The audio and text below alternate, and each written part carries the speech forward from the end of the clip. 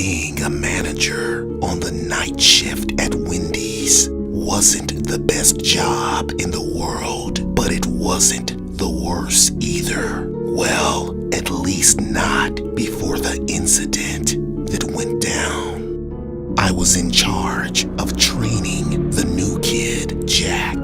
He was a very quiet and shy kid, and to be honest, he creeped the crap out of me. But I'm a fair guy and wanted to give the kid a chance.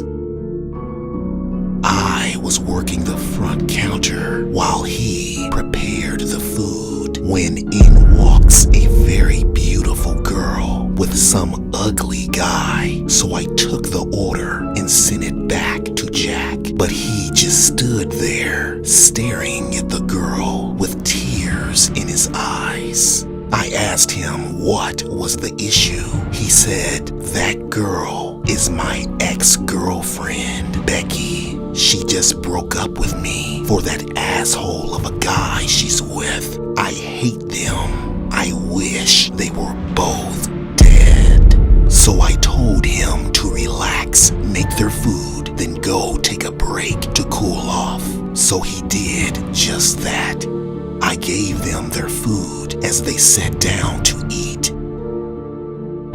10 minutes had passed as my eyes shifted toward them. Then I noticed Jack standing outside of the window right behind them, just watching them with a creepy smile. All of a sudden, they both turned pale and collapsed right there at the table. This was scarier than Mariah Carey's New Year's Eve performance. I immediately called the paramedics, and thank God they were okay. But come to find out, Jack had poisoned their food out of revenge. Needless to say, he no longer works at Wendy's and is now locked away for a very long time. Some breakups can be deadly.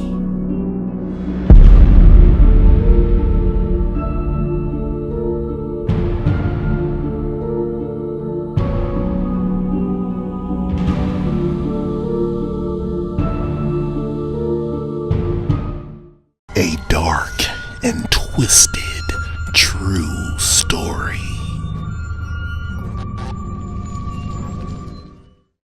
It was the 13th of October on a Friday night, 11 p.m. sharp to be exact, and I had only one more delivery before my shift ended.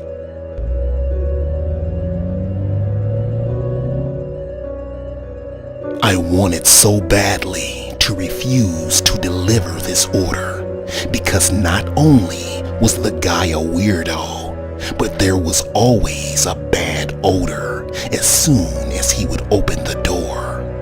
But I had no other choice due to my manager being a dick and all. So there I was, driving up to Mr. Creepy's house, and as usual, all of his lights were out.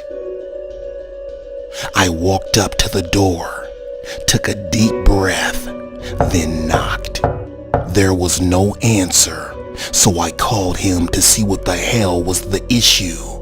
But I was soon startled by the sound of a cell phone ringing right next to me.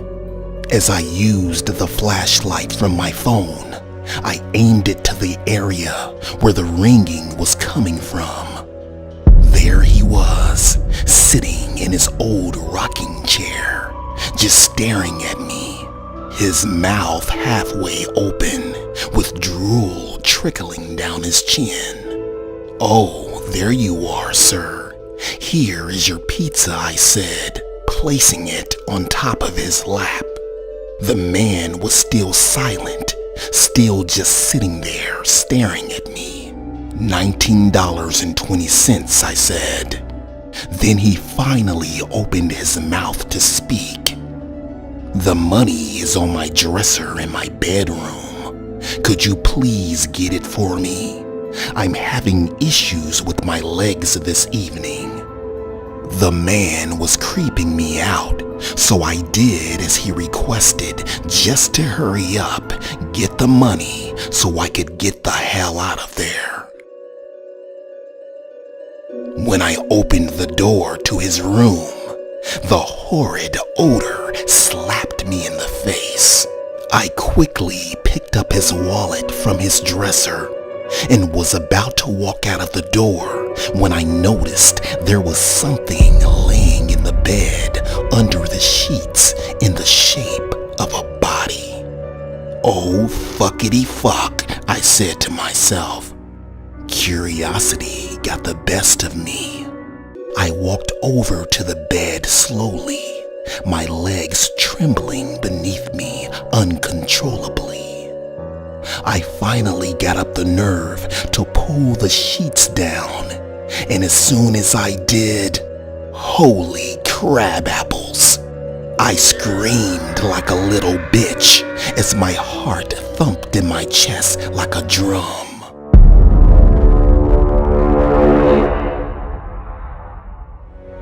I grabbed the money for the pizza out of his wallet and immediately ran the fuck out of there, hopped in my car, and never looked back. When I finally got back to the restaurant, I told my manager all about it as he quickly called the police. The cops said the body was the old man's wife, and she had been dead for many years. Needless to say, I never worked as a pizza delivery guy ever again.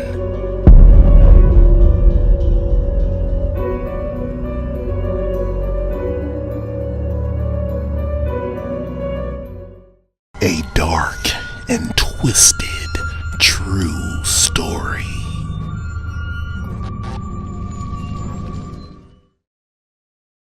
For many years, I have always loved Burger King. But on the night of October 31st, my opinion changed. I had just started working the third shift, which I really didn't mind because at least I didn't have a dick of a manager breathing down my neck. My fellow employee, Ashton, was the only other person working that night, but he had just taken a break and was watching some YouTube channel called Dark and Twisted that he was addicted to. Anyways, the clock had just struck 3 a.m. when this man entered the building and approached the counter. "Welcome to Burger King.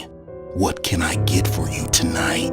But he just stood there in complete silence, and the creepy part about it was he was just staring and smiling at me, and his eyes were unblinking. So I repeated myself, "Welcome to Burger King. What can I get for you tonight?" Then he finally opened his mouth to speak, but nothing could have prepared me for what this creepy man was about to say. "I would like to order brains." "Excuse me?" I asked. "Brains? I want brains. Would you like them on a sesame seed bun?" I asked sarcastically because I thought he was just joking. I looked over at Ashton, and he was just smirking as well. "No," he said firmly. "I don't like them on bread, just plain and bloody." I continued to play along. "Anything to drink with your brains?" I asked jokingly. "Yes, blood," he said. "Ashton, could you please make this gentleman one order of brains and a cup of blood?" I said. We were used to getting pranksters that time of night, so we didn't think anything of it. "Sorry, "We are fresh out of brains and blood," said Ashton, trying his best to hold in his laughter. That's too bad, because now I have to eat your brains and drink your blood." "Who's first?" said the man as he pulled out a knife and started to walk around the counter. "Holy schnitzel sticks! What the hell is your problem, buddy?" I said. Then me and Ashton made a run for it and hid from the man. Ashton got a brilliant idea to toss his cell phone into the freezer while I called it from mine, tricking the man to thinking we were hiding inside. Once he was inside, we quickly shut the door, locking him in. When the cops finally arrived, they found out that the man was an actual cannibal and he suffered from mental illness. That was the last time I ever worked the night shift.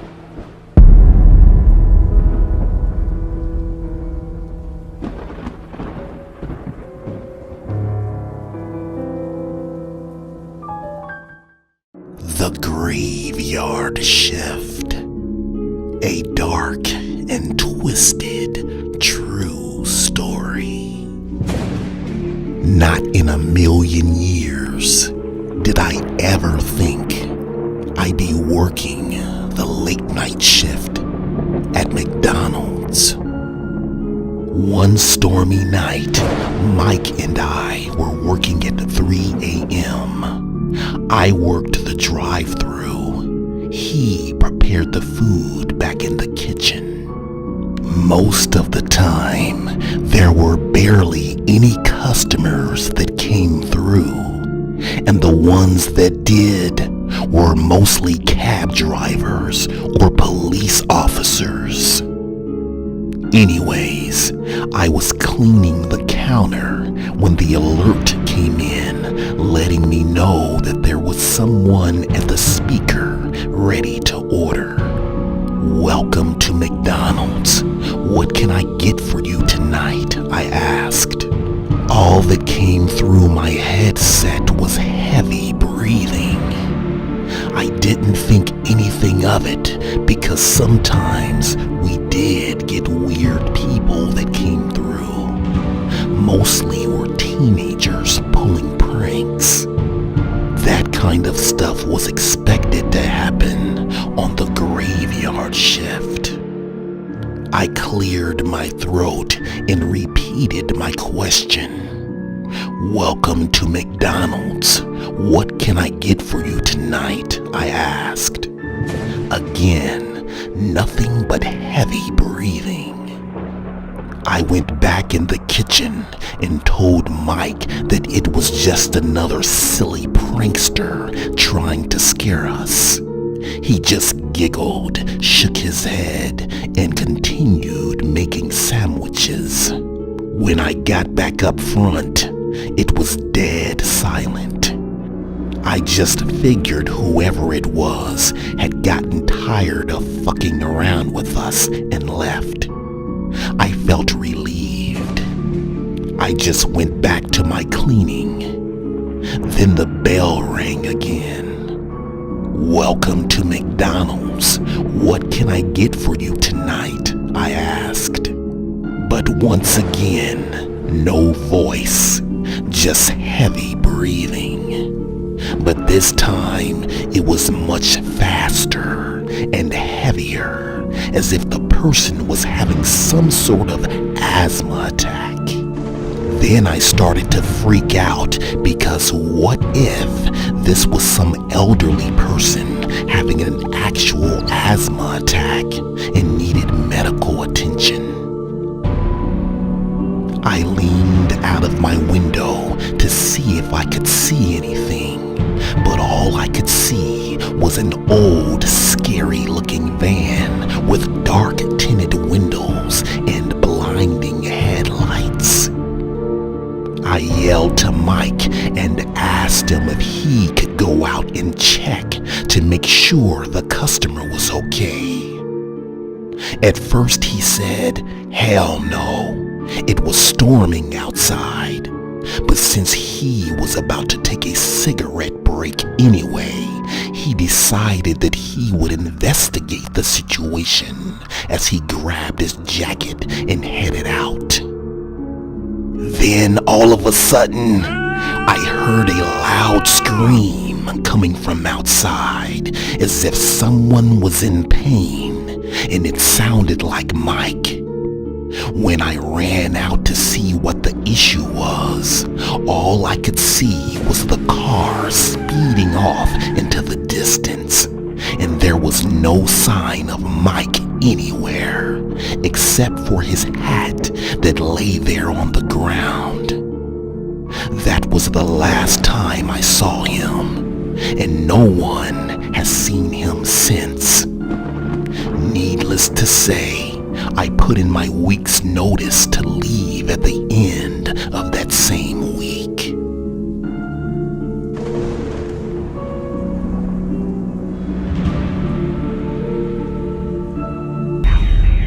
Sure, there are plenty of streaming services, but what they're missing is my addicting animated horror series, My Girlfriend Wants to Kill Me, which has gained over 4.5 million views, as well as My Girlfriend Wants to Kill Me, the prequel, and Her Blood on My Hands. Join Dark and Twisted TV, or you'll never know the shocking ending.